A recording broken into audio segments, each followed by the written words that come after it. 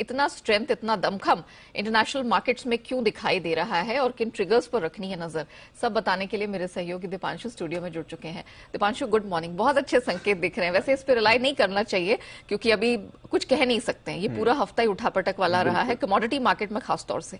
क्या हुआ है जो अचानक से बाजार में इतनी खुशहाली है? जब इतना ज्यादा गिर रहे थे तब भी कोई ऐसा क्लियर रीजन नहीं था क्यों गिर रहे हैं, और अब रिबाउंड भी आ रहा है, तो ऐसा कोई क्लियर रीजन नहीं है रिबाउंड है। बट हाँ, ओवरसोल्ड मार्केट्स थे, बहुत ज्यादा पेसिमिज्म हो गया था। उसके बाद से हमने देखा कि कुछ ऐसा बड़ा नेगेटिव निकल कर नहीं आया है बाजार में।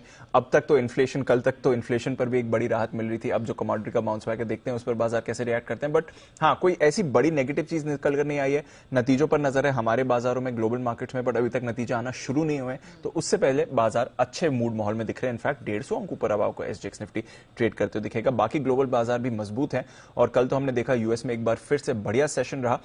करीब 350 अंक उछलकर डाउ में हमने ट्रेड होते हुए देखा। वहीं एसएनपी 500 1.5% ऊपर था से हम देख रहे हैं। एसएनपी 500 में तेजी है और 4 दिनों की जो कंसेक्यूटिव तेजी है इस साल की बेस्ट अब तक रही है। यानी कि इस साल कोई भी ऐसा दिन नहीं है जहां पर 4 दिनों से ज्यादा पॉजिटिव रहा है। तो देखते हैं आज शाम को पॉजिटिव रहता है कि नहीं। बट हाँ, अच्छा एक्शन बन रहा है। आईटी स्टॉक्स एक बार फिर से यहां से आपने लीडरशिप आते हुए देखिए। 2.25% नैस्डैक ऊपर था। 10 साल की बॉन्ड यील्ड 2.9 और 3% की रेंज में ही है। वहां पर कुछ ज्यादा आप एक्शन नहीं देख रहे हैं। कल ब्रॉड बेस्ड रैली थी अमेरिकी बाजारों में। लगभग सभी सेक्टर्स ने पार्टिसिपेट करा और जो उनका small cap mid cap index है रसल 2000, उसमें 2.5% का उछाल आते हुए देखा। ऑफ कोर्स एनर्जी सेक्टर्स में भी आपने अच्छी खरीदारी देखी, जिस तरह से कच्चे तेल का रिबाउंड है। बट ओवरऑल अच्छा सेशन था अमेरिकी बाजारों में और लगभग सभी सेक्टर्स ने अच्छा पार्टिसिपेशन भी आपको दिखाया है।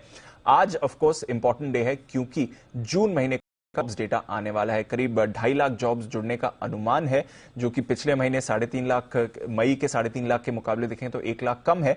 बट वो ठीक है, हायर बेस पर ये माना जा रहा है तो वो ठीक है। 3.6% के आसपास ही बेरोजगारी स्थिर रहने का भी अनुमान लगाया जा रहा है। देखते हैं, कुछ ज्यादा ही मजबूत जॉब्स डेटा आ गया तो एक डर बन जाता है कि फेड अपना एग्रेसिव एक्शन मेंटेन करेगा। कुछ ज्यादा सुस्त जॉब डेटा आ गया तो एक डर रहता है कि फाइनली जो फेड का एक्शन है उसका इकोनॉमी पर असर आ रहा है। तो एग्जैक्टली बाजार क्या करेंगे, कैसे ऐसे समझेंगे, वो देखना पड़ेगा। बट ये फिलहाल के लिए इनका अनुमान है।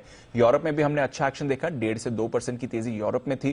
कल हमारे बाजार में पता लग गया था कि यूके के prime minister Boris Johnson resign करने वाले हैं। उन्होंने रिजाइन कर दिया। वहां की पब्लिक काफी खुश है और वहां के बाजार इनफैक्ट इस खबर के बाद रैली करते हुए दिखे और ब्रिटिश पाउंड में भी हमने मजबूत एक्शन कल बनते हुए देखा। बट ऑफकोर्स अब पॉलिटिकल अनसर्टेनिटी है ब्रिटेन में, तो देखना पड़ेगा क्या इसका बाजार पर या करेंसी पर असर आता है या नहीं। एंड जैसा आप बता रही थी नेहा, कमोडिटी बाजार में हमने बड़ा उछाल आते हुए देखा है। पहले अगर आप कच्चे तेल पर फोकस कर लें तो फ्रेश खबर यह है कि अब तक आशा थी कि ईरान और यूएस के बीच में दोबारा न्यूक्लियर डील हो जाएगी, ईरान के सैंक्शंस हट जाएंगे, जिसका एक ऑप्टिमिज्म बना हुआ था। बट बातचीत अभी भी जारी है।